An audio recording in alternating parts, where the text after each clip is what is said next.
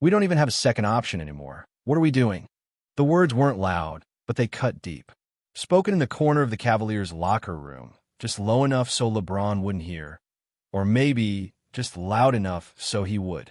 He sat on a bench, head bowed, elbows on knees, still drenched in sweat from a meaningless regular season game they barely won. The room was filled with silence. Not victory, not hope, just silence. His phone buzzed beside him. Skip Bayless. LeBron's done. No Kyrie, no finals. He can't carry this mess. LeBron didn't flinch. He just turned the screen off mid-sentence. No reaction, no shake of the head, just stillness. He had heard it all before, but this time it felt heavier. It wasn't just Kyrie. It was everything. Kyrie had walked, without a goodbye, without a phone call. One day he was hitting the shot that saved their title run. The next he was gone, traded for Isaiah Thomas, who never truly fit. Derrick Rose left mid-season to deal with personal demons.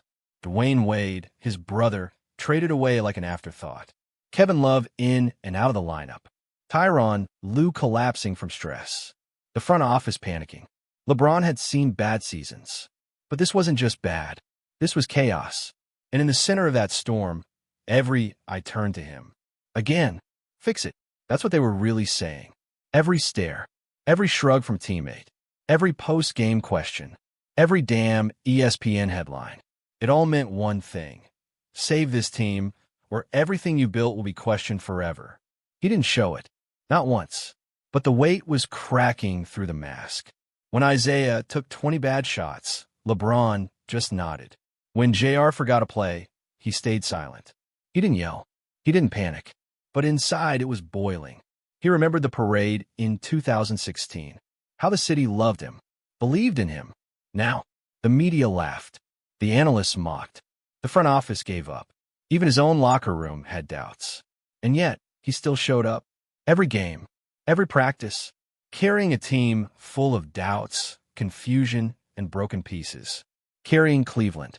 He laced his shoes tighter that night. Not in anger, in clarity, in decision. If they won't fight for me, he whispered under his breath, I'll fight alone. This wasn't just a season anymore. It was war. The playoffs were still weeks away. But in LeBron's mind, they had already begun.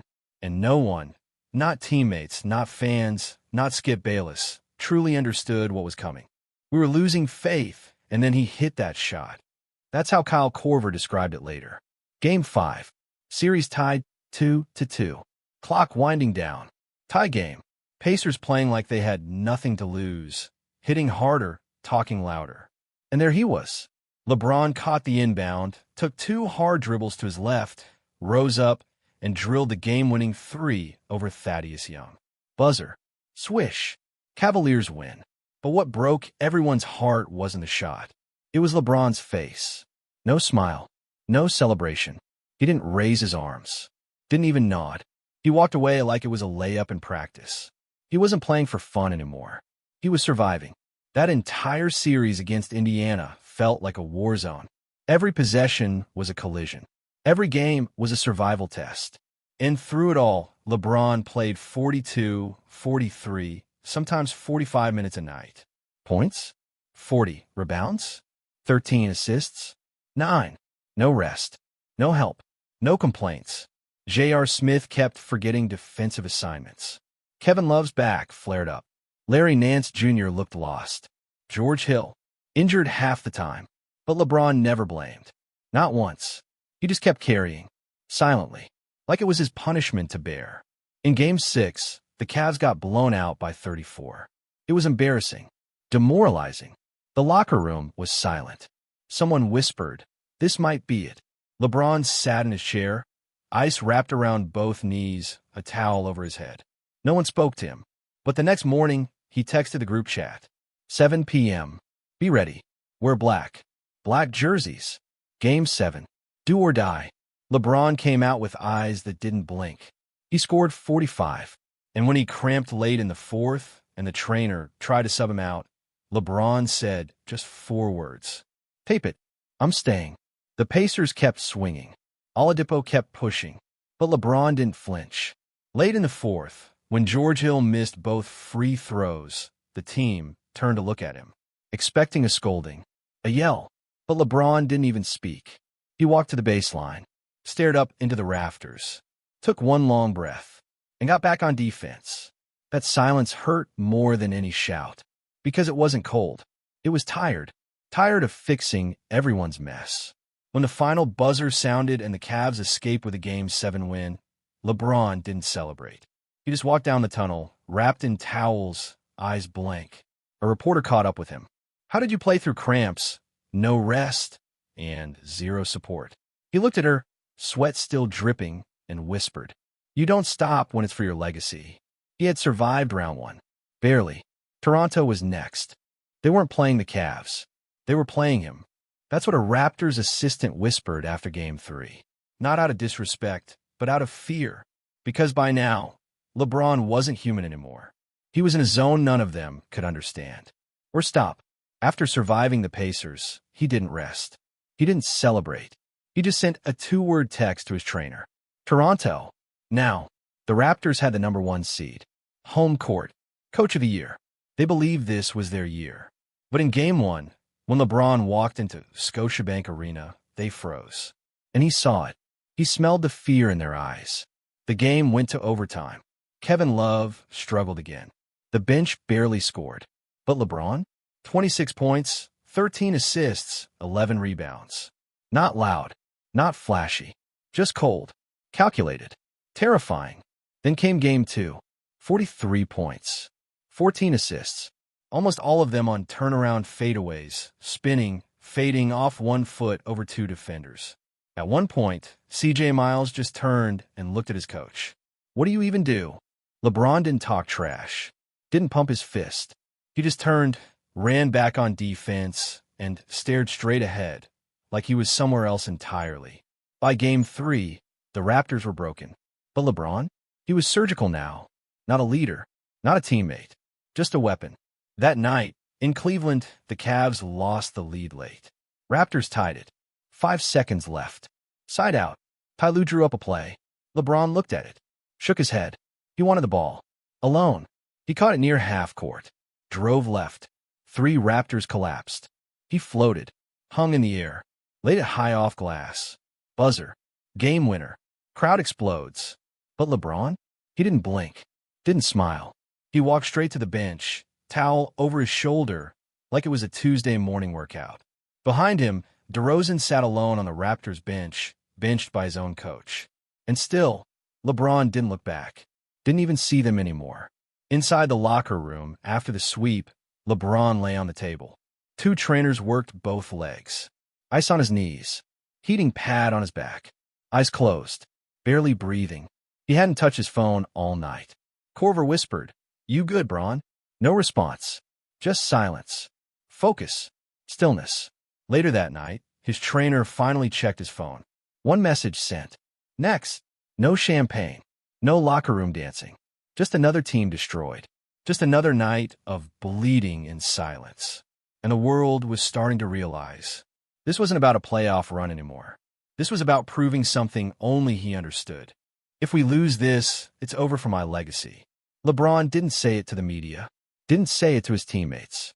He said it to himself, standing alone in the TD Garden tunnel before Game 6. His body was aching. His hands still sore from punching the whiteboard in the locker room 2 weeks ago. Ice. Treatment. No excuses. But tonight wasn't about pain. Tonight was survival. Boston was loud. Mean.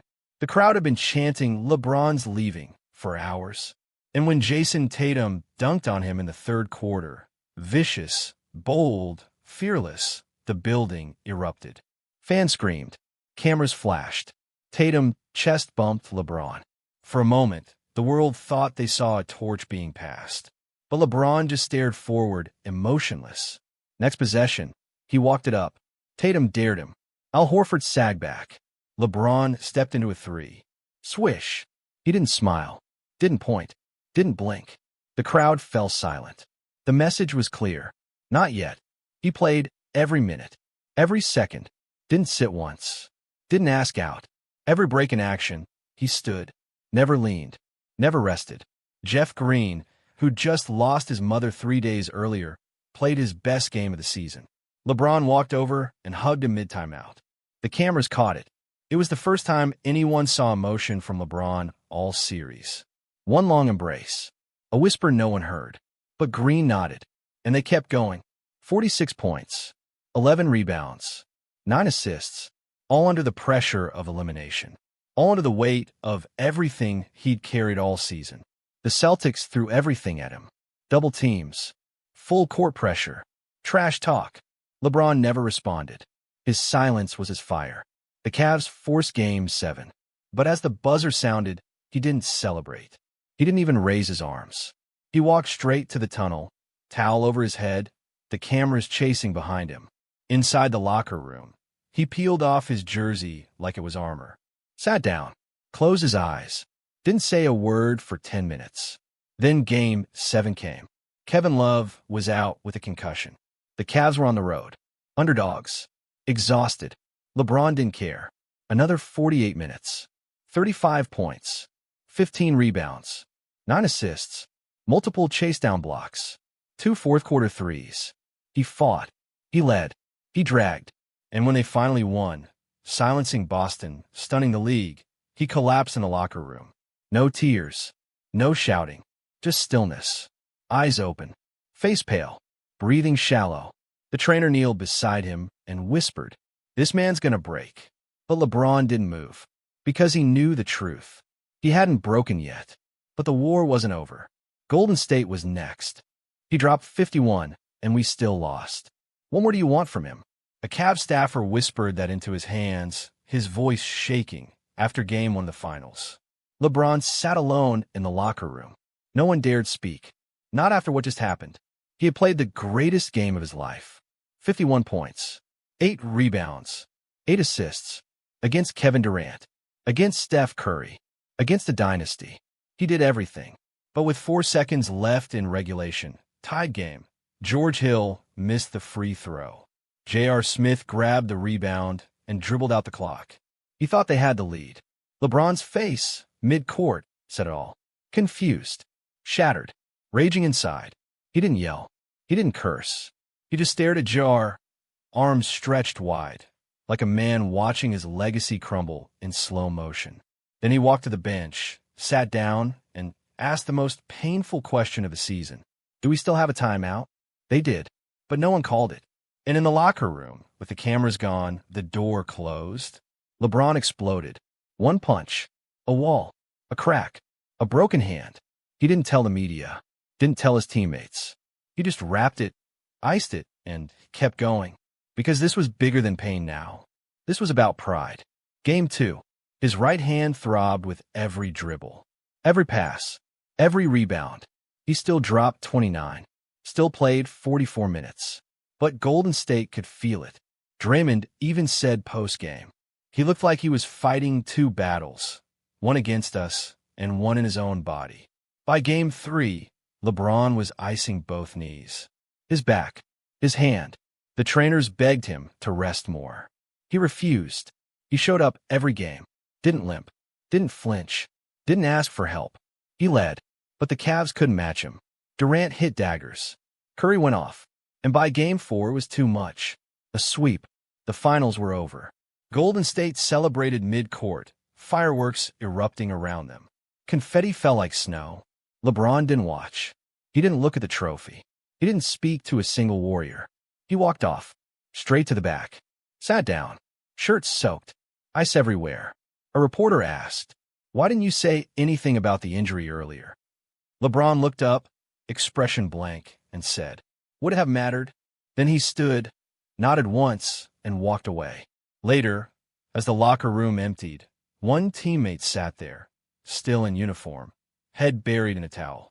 He whispered, voice cracking, "We failed him."